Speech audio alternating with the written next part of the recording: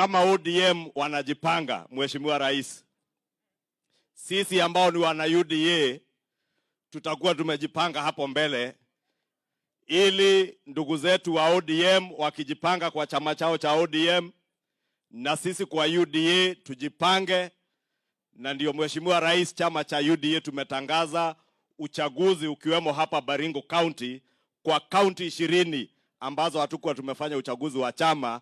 Tarehe 10 mwezi wa Januari tufanye uchaguzi wa chama ili tujitayarishe kuwa na chama ambacho kitaweza kushindana na vyama vingine vya kisiasa ikiwemo chama cha ODM.